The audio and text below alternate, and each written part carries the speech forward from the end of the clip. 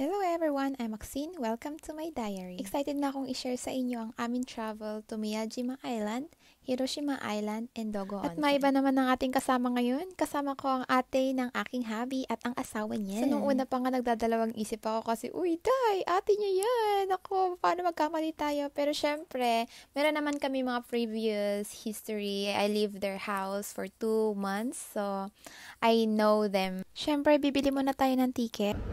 4時まで40じゃあこれねスイーツチケットもついてるの、それが4時まで、スイーツSiya po pala ang ate ni Hubby. Itatago na lang natin sa pangalang Bella. In-explain pala ni Miss Bella na kailangan 4 p.m. makukuha na namin yung libreng pagkain doon sa Miyajima Island. Kasi sumakay na kami dyan sa ferry. Buti nga lang hindi masyadong maalon dahil kasi kung maalon, malulula talaga. Inikot ko na din pala ang buong ferry. Actually, 2 stays siya. So, mas better kung pupunta kayo sa taas or doon kayo mag-stay sa taas kasi makikita mo yung kagandahan ng Miyajima Island or ng Hiroshima. Nung habang nga nagtitake ako ng video, ang sarap-sarap sa pakiramdam. Parang nasa Pilipinas ako or nasa Palawan kasi napaka-presko ng hangin tapos ang paligid napakatahimik. Diba? Ang kagandahan dyan sa Miyajima Island, I think every 30 minutes, meron silang pabalik na ferry. Kaya 2way のチケット600円、ワンウェイ300円、だけどこのお得じゃけんだったらセットで You can get a sweet クーポンも、このスイーツ、そう、この You can choose from っていう、これが1本だけもらうね。1本もらう。フライもまんじゅう、でこれは1個もみじまんじゅう、選ぶ。これは200円クーポン、200キューポンでもセットこのね。山田屋で買える。セットでしょ。何個ぐらい1個100何円だから 1.5 個ぐらい買える。コンビニエンスショップだからここは。それがね、I'm planning to buy this one。ね。これ食べてみたいね、フライド。だから I think we can see here the people. You wanna also buy that one? 楽しみ。in-explain na rin pala ni Miss Bella ang aming coupon or saan kami pupunta. Ang kagandahan sa family ni Hubby, marunong sila mag-English dahil kasi hindi naman ako ganun kagaling mag-Japanese. Kaya nakakaintindihan kami. Hinika-chan! Kawaii. Kawaii.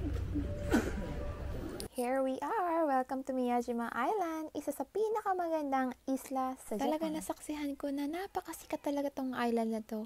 Bukod pa sa maraming mga Japanese na nag-travel dito, of course marami din mga foreigner. May mga deers din na malayang naglalakad, parang sanay na sanay sa mga turista. I recommend na magdala kayo ng cash because some of the restaurants and souvenir shop, they didn't allow or accept card. So it's better to bring your own cash. Hindi ko din kasi pansin na merong doon, parang ATM machine. Parang wala kasi ako nakitang ATM machine. So it's better na magdala po talaga ng cash. And if you're planning to travel around summer, napakainit dito sa Japan, guys. So mas better mag-prepare kayo ng inyong mga payong at mga tubig. Usually, pag nagta-travel kami with his family ng hubby ko, ang aming routine ay iikutin muna namin yung mga souvenir shop na yan or restaurant. Tapos, titignan namin yung review, kung saan yung maganda. Usually sa Google Map kami nag-check ng mga reviews kung okay ba dito. Tapos, check namin yung mga nandun yung comment, mga recommended nila. Tapos, dun kami decide kung saan kami kakain like this. So, yun na nga, gutom na mga person. Kaya kumain na kami dyan sa may Miyajima Island. Sorry, nakalimutan ko yung pangalan ng restaurant. Pero marami naman mga magaganda at masasarap na restaurant dyan. Check na nyo na lang sa review. After nga namin mag-lunch, pumunta na kami sa pinakasikat na floating torii gate na tila lumulutang sa dagat. Pero syempre, dahil low tide, so nakapag-picture kami at pumunta talaga kami doon sa malapit sa may torii gate. We are lucky kasi low tide, diba? Kasi kung high tide yan hindi kami makakapagpunta at makakapag-picture na maganda sa may torii gate. Pero at least, diba? Nahawakan at nasilayan namin ng torii gate. Syempre, nandito na rin naman kayo sa Miyajima Island. Huwag nyo nang kaligtaang pumunta sa Itsukushima Shrine, Main Sanctuary and Hall of Worship. O diba, ang hirap because affordable naman yung entrance. Kaya, why not, die? Pansin ko lang sa Itsukushima Shrine is napaka-unique. Do you know why? Kasi nakalutang siya sa dagat. Hindi ko alam paano siya explain na maganda. Pero dahil low tide yan, so nakikita nyo yung sand sa ilalim.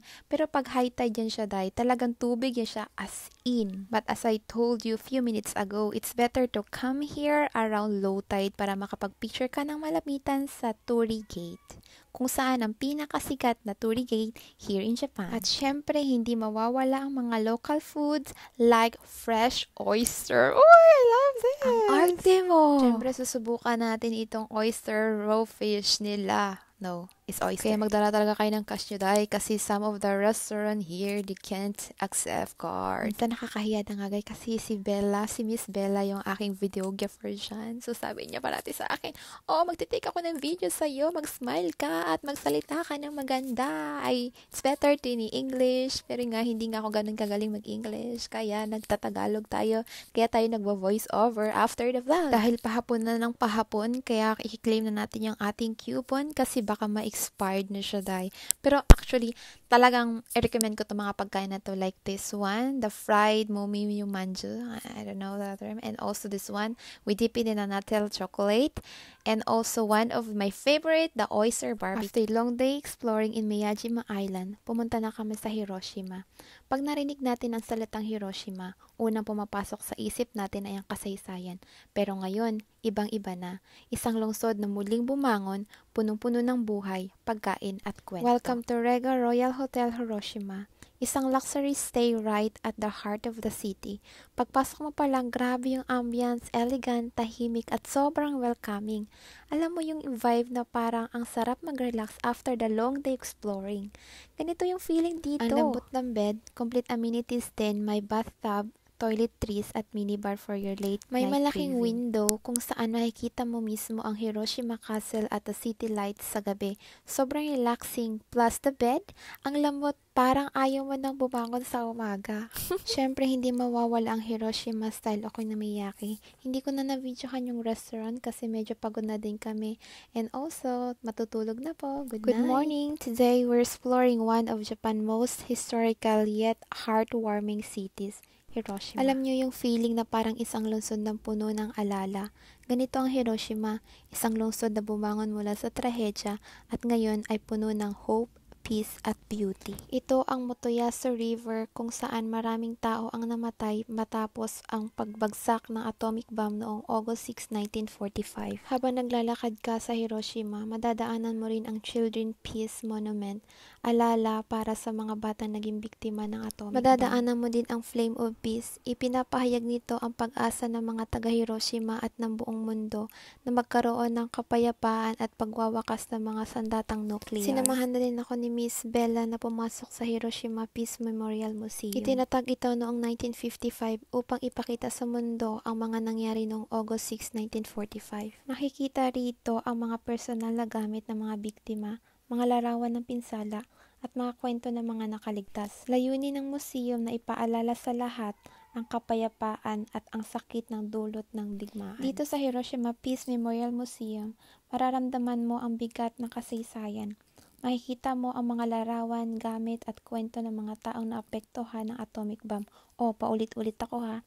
Hindi lang ito museum, isa itong paalala ng mga kapayapaan at hindi dapat binabaliwala. O, paulit-ulit ulit. Personal experience na pumasok ako dyan, mararamdaman mo talaga yung sakit na dinulot ng mga Hapon about sa war. And also, I put myself on their situation na parang wala silang choice. Walang choice kasi it's a war. It's about the government to government. May tanong ako, sa palagay mo ba babalik ulit yung ganitong sitwasyon? Kasi alam nyo na, may mga lugar na nagfa-fight each other. So, it might be or not. For our lunch, hindi kami masyado nakapag-decide kung saan kami kakain. But the good part there is a kind of matsuri, like festival, like that. There is a little bit festival near our hotel. So, pumasok na din kami dyan, free entrance, so bibili ka lang ng mga food. And also, I am the nanny of their children, and it's really good experience to have those kind of experience. Ha? Ano daw? Tapos lumipat na kami sa Dogo Onsen. Habang nga papunta kami sa Dogo Onsen, nakalimutan naming mag-try ng juice, which is one of the famous fruits or, delicacies in Hiroshima, and you should try it. It's not really expensive. I think it's around 300 to 500 for 1 cup. So you should try that one. And They said it's 100% pure juice, and I don't know, I don't think so, it's not. But yeah, you should try it. And while we are walking, in English, like, while nag-ano kami ng car, so ayun, marami ring madadaanan. I said, we stay at Aoeda Onsen Monogatari Dogo Onsen. Isang modern resort style onsen na bahagi ng sikat na Aoeda Onsen chain, pero nasa Dogo area mismo ng Matsuyama Ehime. Pagpasok mo pa lang, maaamoy mo na authentic smell onsen. Ang kagandahan pa dyan, meron silang free shuttle bus papunta doon sa old onsen here in Japan. Kaya medyo convenient talaga siya. And also, they have the yokata if you wanted to borrow to go to the onsen. Mararanasan mo din dito ang really traditional bed nila, like this. Ganito din pala ang design or ang beauty ng hotel na to kapag nakabukas yung bintana. Talagang, freshly dye from the really kasaysayan, malungkot na lugar doon sa Hiroshima from this traditional hotel or onsen. At ang kagandahan din dito sa onsen na to, meron sila mga laro like table tennis, if I am right. And also, you can buy your omiyage. Tapos, meron din sila mga rest places there. And also, the front desk at the second floor and the first floor. And bumili na rin ako ng drinks or snacks dito sa Judohang Biking inside the hotel. Kasi, for our dinner, nag-decide kami na dyan na lang din sa hotel para makasave kami ng time for the next. Sasakay na kami ng shuttle papunta sa Dogo Onsen. I think it takes 2 to 3 minutes lang naman. Dito sa tahimik na lungsod ng Matsuyama Ehime, narito ang isa sa pinakamatandang hot spring sa buong Japan, ang Dogo Onsen. According to the history, mahigit 3 taon na daw ang nakalipas mula nang bumukal ang mainit na tubig dito. Ang Dogo Onsen ay hindi lang about sa onsen itself, kundi sa mga authentic Japanese foods and sweets. Oo nga pala, isa sa mga famous souvenir or sweets dito sa Dogo Onsen ay ang butchang. And also, you should try the tarts, any kind of tarts, any kind of beers, and also mikan. Yes po, nakakapagod pong maglakad-lakad sa mga ganyan mga sightseeing, pero worth it po siya kasi, nakapunta na ako sa old onsen here in Japan. Talaga namang, memory to zai. And the next day, pauwi na po kami dyan mga madam. At before, syempre, bago tayo umuwi, mag-breakfast muna tayo. And also, in our lunch, pumunta kami, nag-stop by kami dito sa famous udong. Hindi po ako familiar sa lugar, pero kung ma-find out nyo po itong restaurant to, please, tell me again kasi nakalimutan ko na yung lugar. And dahil the reason why I love this udong kasi iba siya sa mga nakain ko kasi mochi-mochi tas yawarakay siya. Alam niyo yun? And yun lang po. Maraming salamat sa pakikinig at panonood ng aking vlog. See you in my next vlog. Maraming salamat. Bye-bye!